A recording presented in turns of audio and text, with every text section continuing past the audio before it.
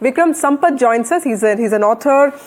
Thank you, Mr. Sampath. Yes, and a historian, somebody who has written some of those books that have really helped us understand India's past and present. Thank you, Vikram, for joining us on NDTV. The Prime Minister speaking today and saying that there have been attempts to whitewash Somnath's history is not an isolated case. He has spoken about this in the past as well. What are your thoughts? Yeah. Thank you, Vasudha. I think it's a very momentous occasion, not just for people of a particular faith or religion, but as has been discussed since morning, of the Indian civilization itself, which despite repeated attempts to obliterate it, has somehow managed to keep the flame of its faith and its existence alive. And I really like the fact that the Prime Minister took us through a sweep of the historical narrative of invasions that have happened there. And this whitewashing, I'll just give you one example, which he also touched upon. I mean, you have contemporary accounts of Mahmud Ghazni, someone who traveled with him, one of his court historians, Abu Nazar Al-Ubi, or Al-Ubi for short. He writes in his Arabic book, Kitab Al-Yamini, on the Yamini Sultans, that when he comes to Gujarat, and even before coming to Gujarat, he's heard back in Ghazni that there is this one shrine of the infidels where people believe you get moksha and so on. And so he's specifically come there with the intent to demolish this temple. And the Chalukya, Solanki ruler, Bhimdeva, who is ruling from Anilavada Patan, he runs away to take shelter in some nearby fort. And so he has a very easy access to Somnath, crossing Patan. But what Mahmud Ghazni is astonished to see is that huge fortress is guarded by close to 50,000 common Hindus. They were not part of the king's army. A lot of them from all castes and creeds of within the Hindu community, farmers and others with rudimentary weapons to safeguard the shrine. And it apparently takes him 3 days to slaughter all of them. Exactly in this week, the battle begins on 8th of January 1026 CE and ends on the 11th. And then he storms into the Sanctum Sanctorum. And Al-Ubi then mentions as an eyewitness account that all the priests come running to him and tell him that, you're a looter. So we will give you twice the amount of gold as the weight of the idol is.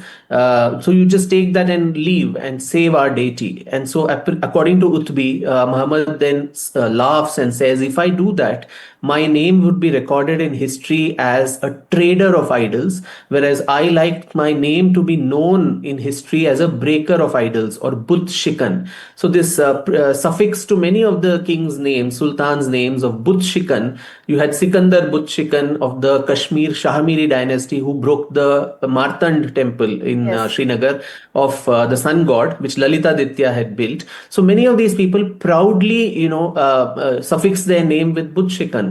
And the chroniclers, the contemporary chroniclers and later chroniclers too, even with Mahmud Ghazni, you have later Farishta, Minhaj-e-Siraj, Al-Baruni, several of them recounting this with a lot of pride that, for the, protection of the faith, the Somnath Shivling was then broken, pounded into pieces, taken back to Ghazni, and then laid under the steps of the masjid there, so that every time the faithful steps on it, the religion of the infidel is subdued. Now, these are cold facts of history. I can't wish them away. Right. As a objective historian, I need to look at this. You can't provide cover fire with it, extrapolating it to today's politics and society and circumstances. Right. As some of these historians have said, that there is no theological reason for this attack. What more can be more evident where his own chroniclers, his own letters actually gloat with pride that we did this?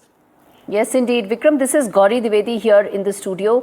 I want to ask you on the fact that as the Prime Minister chronicled each of these attacks, he also spoke about the sense of resilience because of which the temple stands where it does. And the fact that you mentioned the 50,000 common Hindus who were slaughtered in the first attack, it is in the memory of people like those who were honored in the Shaurya Yatra, right? Very much, I think, Gauri. I think this was, it seems rather bizarre that we are actually commemorating the destruction, 1,000 years of destruction. But in this whole story of the destruction, the barbarity, and heart-wrenching accounts that one reads of contemporary chroniclers, I think very closely intertwined with that is the fact that despite these attempts, shrines fell, but shrines rose, and the Hindus of Bharat never gave up on their shrines. And we see this template across the country, whether it is Somnath, whether it is Kashi Vishwanath, whether it is the Ram Janmabhoomi at Ayodhya, Mathura or Gaya, and down south to temples like Srirangam, where despite Malik Kafur's invasion, the priests and others, they managed some modus operandi to save their deity, put a false wall, and ensure that the original deity is either taken away temporarily or is protected. So I think in this long list, this is an occasion, as the Prime Minister also very rightly, I think, recounted some of these names. Now, even Mahmud Ghazni, after he demolished Somnath and he was on his way back to Ghazni, he then is encountered by several local rulers in the vicinity, including the famous Paramara ruler Bhoj Dev of today's Madhya Pradesh. Yeah. He is attacked by him, and Ghazni's forces literally have to scamper around and make their way back to Ghazni in fright. And interestingly, there's a anonymous Hindu who appears posing himself as a travel guide. So by then, they've lost their way. They go through the, deserted regions of northern Gujarat and Rajasthan. And this man appears saying, I can help you find your way. And also the army is very thirsty. They're seeking water because they've lost their way and going all over the place. And this man further misguides them and takes them through the deepest recesses of the desert. And then Mahmud and his people, smell something fishy. And then they capture this guy and question him. Yes. And then that person actually recounts that, I am no travel guide. I wanted to take revenge on you for what you did to our deity. And so I was misguiding you and taking you through the desert so that your entire army and you die of thirst. And that person is, of course, slaughtered. But then it speaks so much of the consciousness, not only in the rulers of the region, but also in common people who stood up to protect the shrine. Right. Now, after about 4-5 years after this attack, you already had Bhimdev reconstructing the temple. Right. And this temple then lasted for about 200 years. Right. It was in 1299, as the Prime Minister mentioned. It was Alauddin Khilji who, ending the rule of the Vaghelas in Gujarat, again attacked the temple. And at this occasion too, some of the names that he mentioned, I think they become very important to for our people today's generation, to at least remember these names. You had people like Rao Kanhadadev, who belonged to the Madru Chauhan, clan of Jalore. He's supposed to have attacked Alauddin Khilji on his way back to Delhi, where he was carrying the shivling along with him, and snooped on their army and taken the shivling back and reinstated it somewhere. Mm-hmm. Right. And in this war, you had very, even tribal chieftains, the Bhil ruler whom he mentioned, Vegada ji, and also the 16-year-old Rajput chieftain, Veer Hamir ji Gohil, who actually lay their life in this, attempt to reclaim the shivling back. And later it was the Chudasama ruler, or the king of Junagadh, Mahipal, and his son Khangar, who reinstall and build this temple back. Right. So there are several of these names, I think, at least a mention and a remembrance, a memory of these become very important on this occasion. Vikram Sampath, you're a very respected and a rigorous historian, and you've written so much on not just Ahilyabai Holkar, which is something I remember, but also so much on Savarkar, a book that I'm yet to read to because it's so rigorous and so long. But help us understand, is there a possibility of these Muslim chroniclers exaggerating the image of Ghazni? Because that is one thing that the left liberal historians always talk about. The other aspect of trauma being, a colonial construct, something that developed as a nation building project, something that also have political agenda. How would you respond to both of this? Yeah, Vasudha, of course. I mean, all court historians were hagiographers. The fact that whether it's Hindu court historians or Muslim court historians, they would kind of extol their ruler, which is a given. But the very fact that you need to make a virtue of a crime, like destruction of someone's place of worship, that itself shows that there's something deeply problematic there.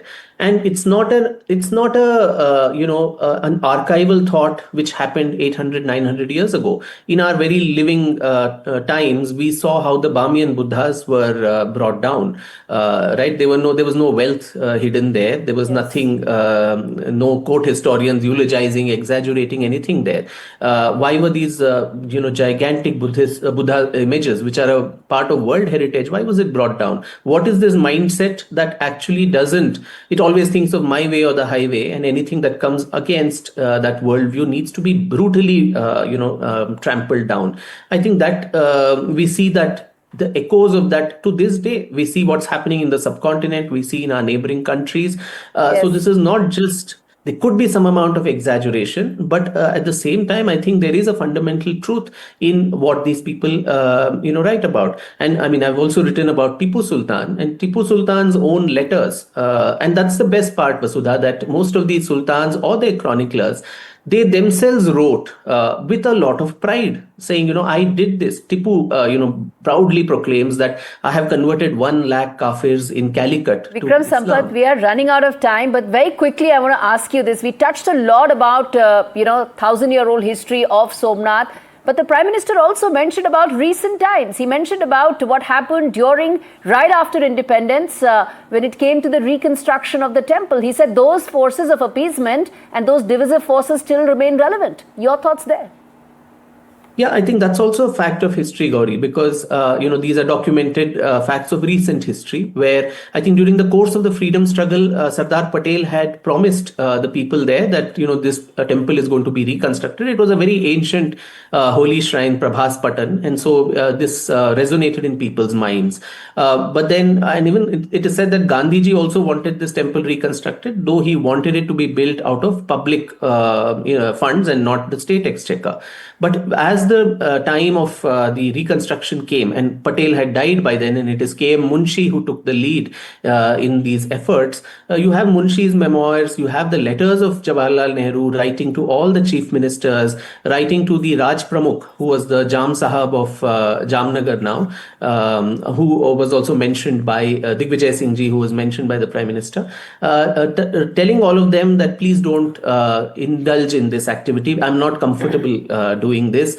This causes me a lot of discomfort, this Hindu resurgence, and it is going to spoil my government's secular image both nationally and internationally.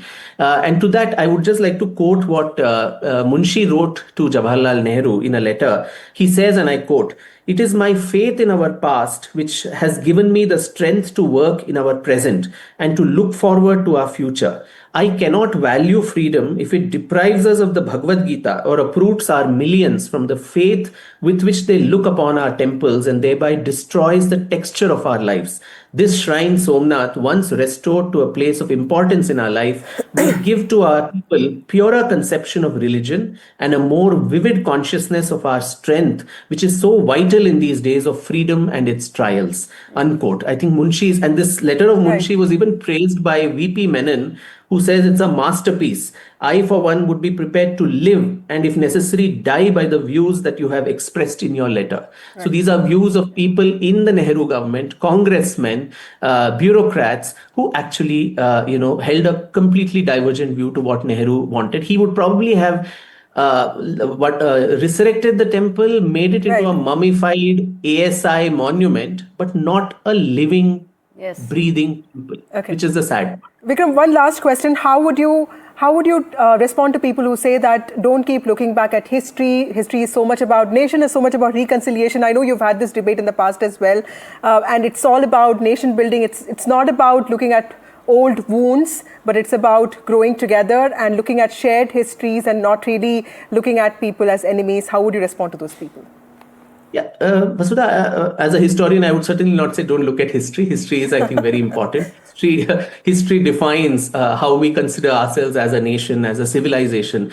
Even when you're driving, you need to have a view at the rear view mirror. You can't just keep going forward. So some information from the past is important. But in all of this, I've always underlined numerous times that these are not stories of hatred. You're not going to pin the blame of all this that happened from Ghazni to Ghori to Timur to Aurangzeb and Tipu and thousands of such barbarians and invaders, the blame or responsibility of that it's not an albatross that hangs on the neck of today's communities, today's Muslims at all. I wish we could continue this masterclass in history because there are so many layers to what we are discussing, but I'm afraid we have to end this. Thank you so much for joining us on this very special broadcast on NDTV.